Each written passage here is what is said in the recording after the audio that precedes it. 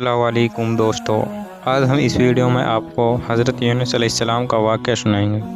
تو دوستو، حضرت یونس علیہ السلام اللہ کے ایک ایسے نبی تھے جنہوں نے مچھلی کے پیٹ میں بھی اللہ کا ذکر کیا اور اللہ سے امید نہیں چھوڑی۔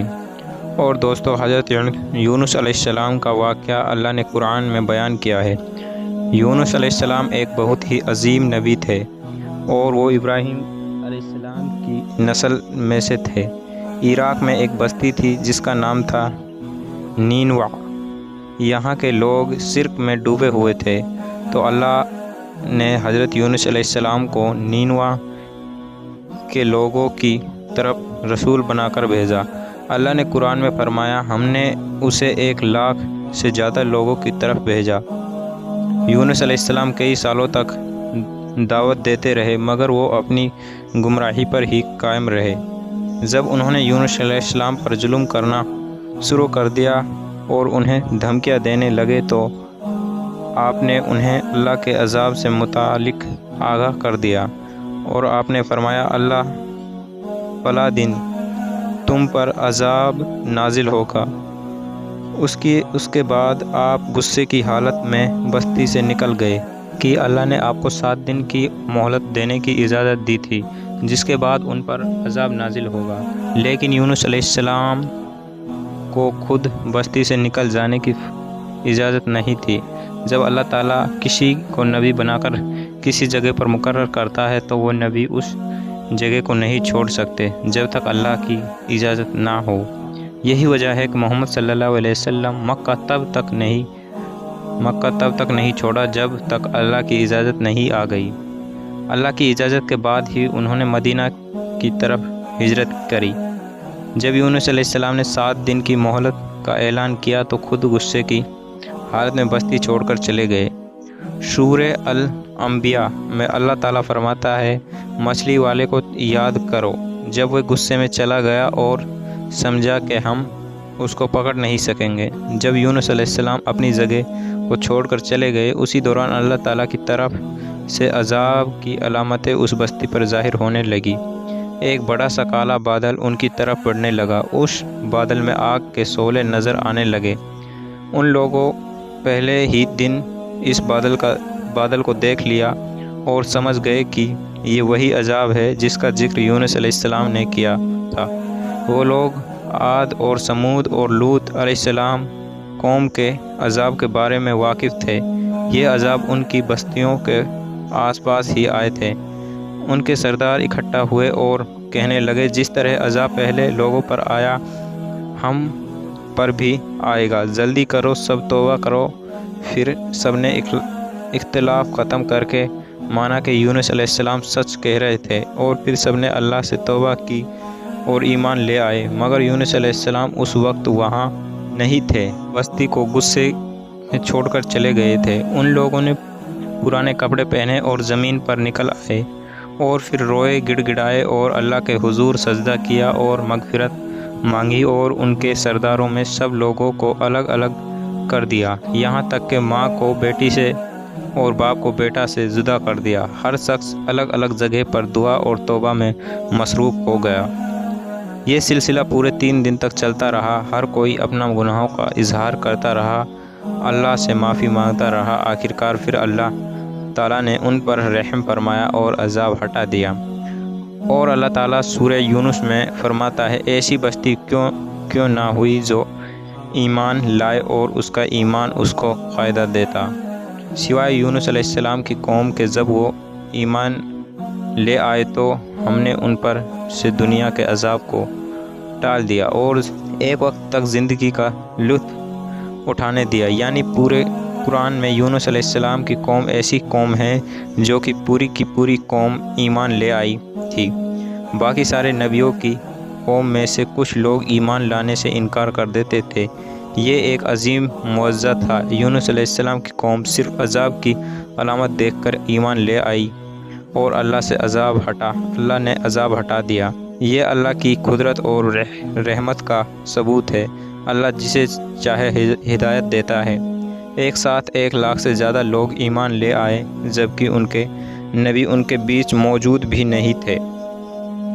حضرت یونس علیہ السلام کو اس بات کا علم نہیں تھا کہ ان کی قوم ایمان لے آئی ہے۔ وہ تو غصے میں بستی چھوڑ کر سمندر کی طرف چھوڑ کر چلے گئے تھے۔ وہاں انہوں نے ایک کشتی میں سواری کی جو کہ لوگوں اور سامان سے بھری ہوئی تھی۔ کشتی جب سمندر میں چلی تو ایک طوفان آ گیا، اور طوفان اتنا خطرناک تھا کہ جب کشتی ڈوب جائے گی کشتی کے لوگوں نے آپس میں کہا، کشتی کا بوجھ کو ہلکا کرو، کچھ سامان سمندر میں پھینک دو۔ سب نے اپنا اپنا سامان سمندر میں پھینکا۔ کشتی تھوڑی ہلکی ہوئی، لیکن یہ کافی نہیں تھا۔ پھر لوگوں نے کہا کہ کسی شخص کو سمندر میں اترنا پڑے گا تاکہ کشتی کا وزن کم ہو، اور پھر ایک ایک چٹ پر ہر کسی کا نام لکھا گیا، اور یہ فیصلہ ہوا کہ چٹ اٹھانے پر جس کا بھی نام نکلے گا اسے سمندر میں گرایا جائے گا۔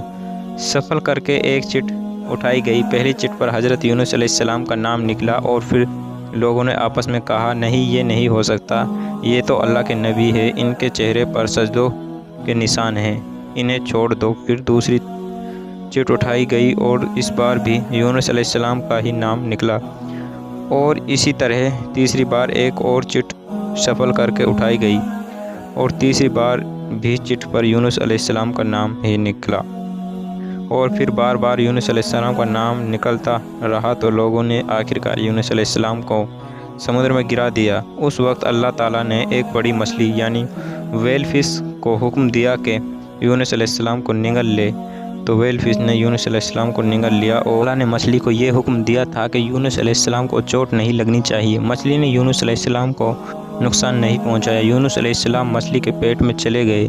آپ کو سمجھ آ گیا کہ یہ سب اسی وجہ سے ہوا ہے کہ آپ اللہ کی بغیر اجازت کے بستی سے نکل آئے۔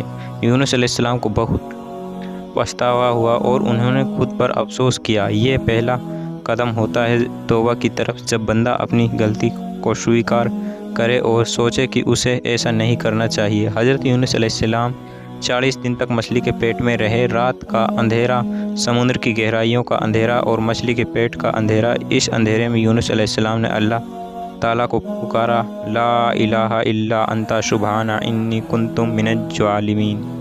ترجمہ: اے اللہ، تیرے سوا کوئی معبود نہیں، تو پاک ہے، میں ہی ظالموں میں سے تھا۔ یونس علیہ السلام نے دعا نہیں مانگی بلکہ اللہ کی تسبیح بیان کی۔ جب ویل فش یونس علیہ السلام کو سمندر کے نیچے لے گئی تو انہوں نے اندر مخلوقات کی تسبیح کو سنا۔ ساری مچھلیاں، سارے جانور اور پیڑ پودے اللہ کی تسبیح کرتے تھے، تو یونس علیہ السلام نے بھی اللہ کی تسبیح شروع کری، لا الہ الا انت سبحانک انی کنت من الظالمین۔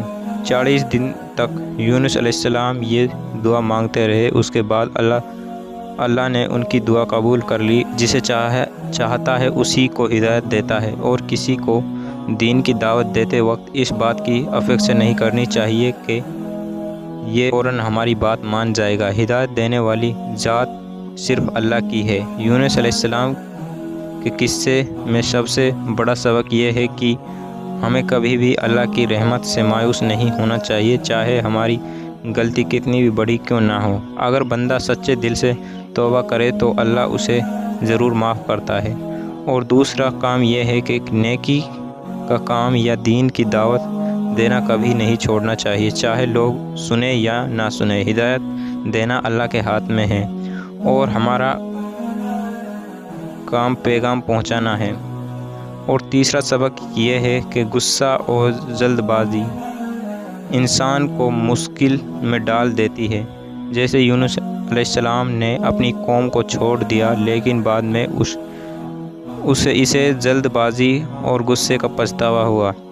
اور چوتھا سبق یہ ہے کہ ہم کتنی بھی بڑی مشکل میں کیوں نہ ہو، اللہ ہمیں اس مشکل سے نکال سکتا ہے اور ہمارے لیے آسانیاں پیدا کر سکتا ہے۔